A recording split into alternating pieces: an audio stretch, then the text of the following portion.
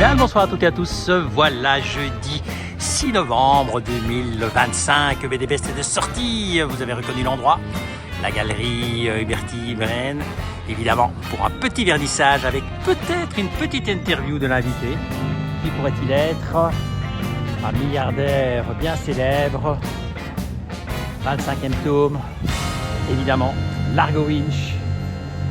Et donc son dessinateur, Philippe Franck, qui répondra peut-être à quelques-unes de nos questions. Excellente visite!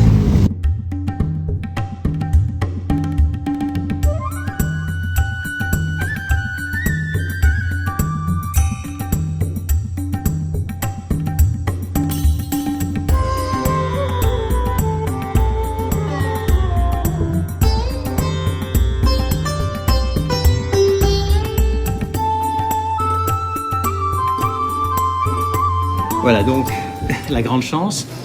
Huberti-Braine, Alain nous reçoit dans sa galerie et Philippe Franck est là également. Qu'est-ce que ça fait pour toi en réalité un nouveau Largo Winch? Déjà, c'est l'accomplissement d'un travail qui a duré 18 mois. Donc, et je ne parle pas de l'écriture du scénario parce que c'est 6 mois encore avant. Donc on est quand même sur un travail qui a pris 24 mois. Et le fait de le voir sortir, déjà d'aller à l'imprimerie, le voir sortir de la rotative, c'est toujours un plaisir et un soulagement aussi. Un soulagement parce qu'on se dit que c'est enfin terminé. Voilà. Maintenant c'est sa deuxième vie ou troisième vie qui commence en réalité. Alors, 25e album déjà. Oui. On n'est pas un peu fatigué de cette espèce de milliardaire qui n'arrête pas de se fourrer dans tous les coins perdus et qui n'arrête pas d'avoir des problèmes? Vous l'avez ouvert, vous l'avez lu? Oui, je l'ai lu. C'est de nouveau fort écologique. Est-ce que je donne l'impression d'être fatigué? Mais non, mais c'est justement ça qui surprend. C'est ça qui surprend. Comment peut-on garder autant d'entrain avec une série qui cartonne tout le temps autant et dont chaque tome en réalité est attendu de manière incroyable par les fans de la série? Il y a deux sortes de dessinateurs. Moi j'appartiens à la deuxième. Il y a ceux qui, pour se ressourcer, quand ils ont commis, on va dire, 3-4 albums dans une série, s'empressent de l'abandonner et de recommencer autre chose, de différent avec de nouveaux personnages parce qu'ils n'en peuvent plus de toujours dessiner les mêmes. Voilà. Ça c'est la première. Ça c'est la première. Et la deuxième, c'est quoi? La deuxième catégorie, c'est les coureurs de fond. C'est des gars comme moi qui, même après 35 ans, continuent à trouver du plaisir à animer des personnages parce que d'abord c'est une famille qu'on n'a pas envie de quitter. Ensuite, c'est l'histoire en fait qui compte, c'est pas tellement les personnages. Ils sont importants évidemment parce que j'ai toujours du plaisir à redessiner Simon quand il apparaît dans une séquence ou Largo quand il est dans le 4e dessous comme au début de cet album-ci. Mais tant que moi je reçois de bonnes histoires intéressantes, très différentes de la précédente et qui sera très différente de la suivante, je me fatiguerai pas. Non. Le problème, c'est quand on commence à rentrer dans une routine. Et après, la routine, c'est dans sa tête qu'on la fabrique. Tout dépend comment on aborde les choses. Et toi, tu abordes le dessin? Oui, mais c'est une condition mentale. Quand j'arrête un album, là, parce que cet album-ci s'est terminé fin mai, j'ai travaillé 1 mois sur la couleur au mois de juin, mais ensuite je prends 6 mois de vacances. Pour te ressourcer. Pour ressourcer, pour recharger un peu les batteries. C'est-à-dire que ma table à dessin, à ce moment-là, je ne veux plus l'avoir jusqu'au mois d'octobre, novembre. Donc là, j'ai commencé les 2 premières pages de la suite. Et puis ça a été interrompu par la promotion. Mais dès le mois de décembre, j'estime que je me suis assez ennuyé, que j'ai fait assez d'autres choses que de la BD, que je peux normalement recommencer avec un bon tonus à dessiner la suite. Alors, Jérémy, oui. Nouveau scénariste, oui. Comment ça se passe avec lui? Très bien. Tu as intervenu beaucoup dans le scénario, tu l'as laissé et c'est toi qui as découvert ce qu'il t'a apporté? J'avais un petit cahier des charges au début, parce que je savais comment l'histoire allait commencer, je savais comment elle finissait, mais je ne savais pas ce qu'il y avait entre les deux, entre le point de départ et le point de chute. Et donc je l'ai laissé un peu travailler. Et puis après, on a fait du ping-pong avec le manuscrit, c'est-à-dire qu'une fois qu'il avait écrit ce qui semblait être intéressant pour lui, il m'a passé le manuscrit, c'était un fichier Word. J'ai apporté quelques touches personnelles, je lui ai renvoyé, et puis voilà. Alors, tu reçois un scénario ou un storyboard? Non, c'est des séquences. C'est des séquences. C'est des séquences écrites, parfois avec dialogue, parfois sans, avec une description de ce qui s'y passe. Et le découpage vient après. Quand on a écrit tous les dialogues, c'est là qu'on voit si les séquences, les unes par rapport aux autres, sont trop longues ou trop courtes. C'est là qu'on commence à réduire un peu le dialogue. Il y a des choses qui partent à la poubelle et d'autres qui sont complétées. Voilà. Et puis le découpage, avant de commencer à dessiner, évidemment.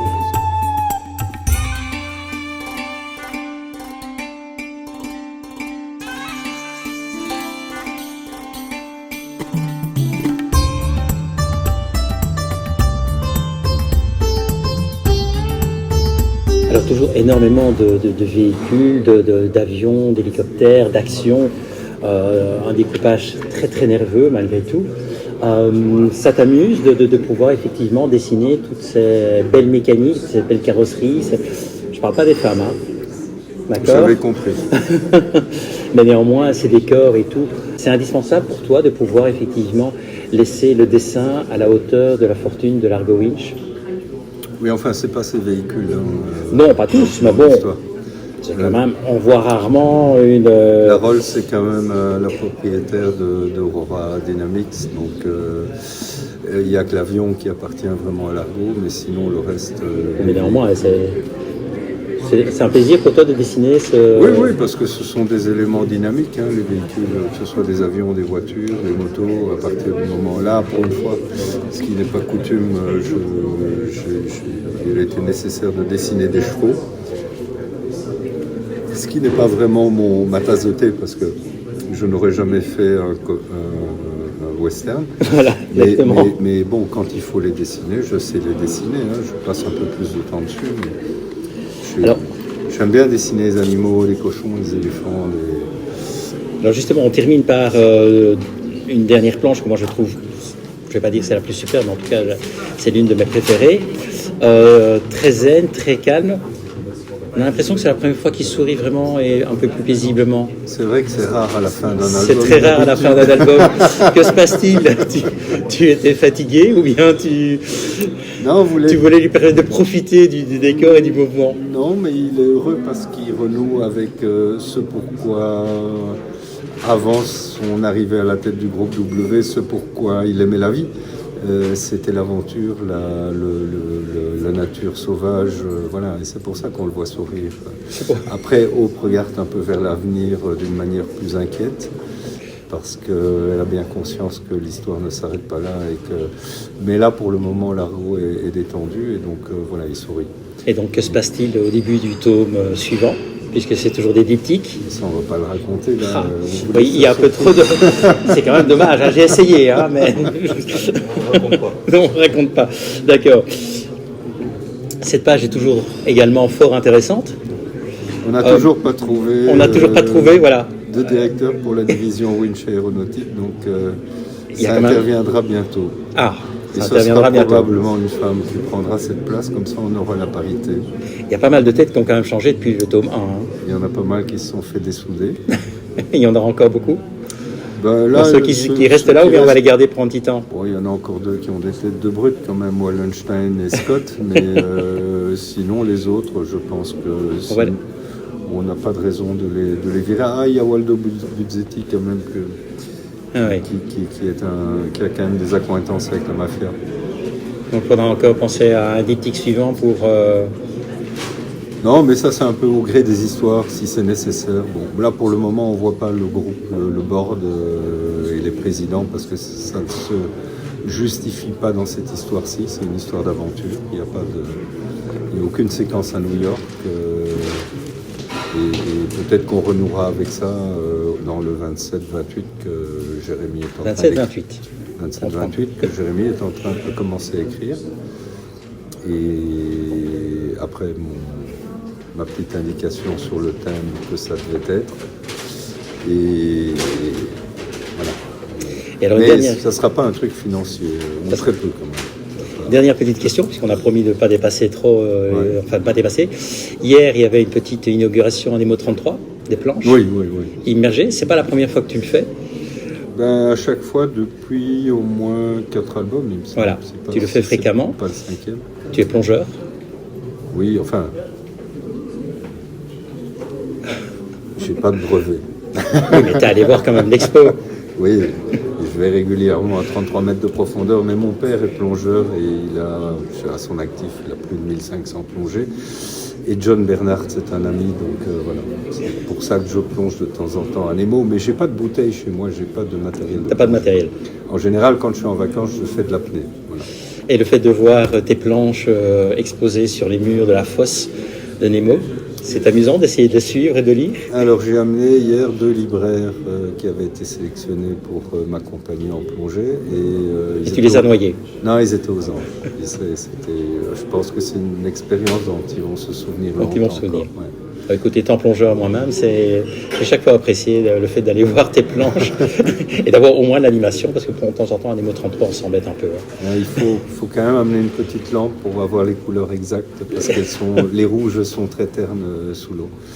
D'accord. Écoute Philippe, un tout grand merci en tout cas pour ces quelques petites minutes. Je pense que je vais te laisser parce que c'était censé être totalement privé. ils étaient censés écouter ça éventuellement lorsqu'on aurait fait le montage et qu'on l'aurait diffusé. Donc voilà. Donc un grand merci en tout cas de ces quelques minutes où je t'ai privé de ton public. Mais enfin bon, il y a toute une série de questions qui vont plus devoir te poser. Voilà. Merci. Bonne soirée en tout cas. Au revoir.